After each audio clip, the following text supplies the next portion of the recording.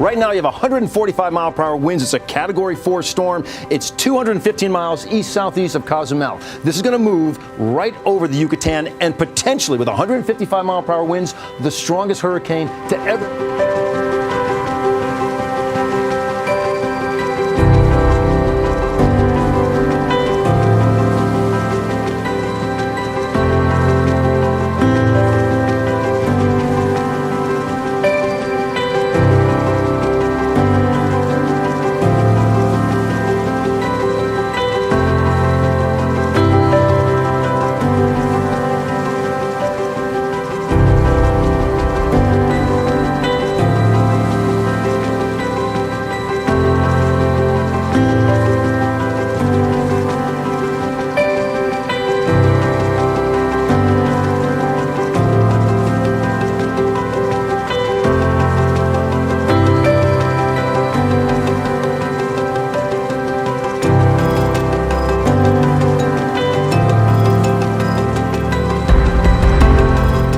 And you can see the area of convection moving toward this Category 3 storm going to hit land, at least the Yucatan today.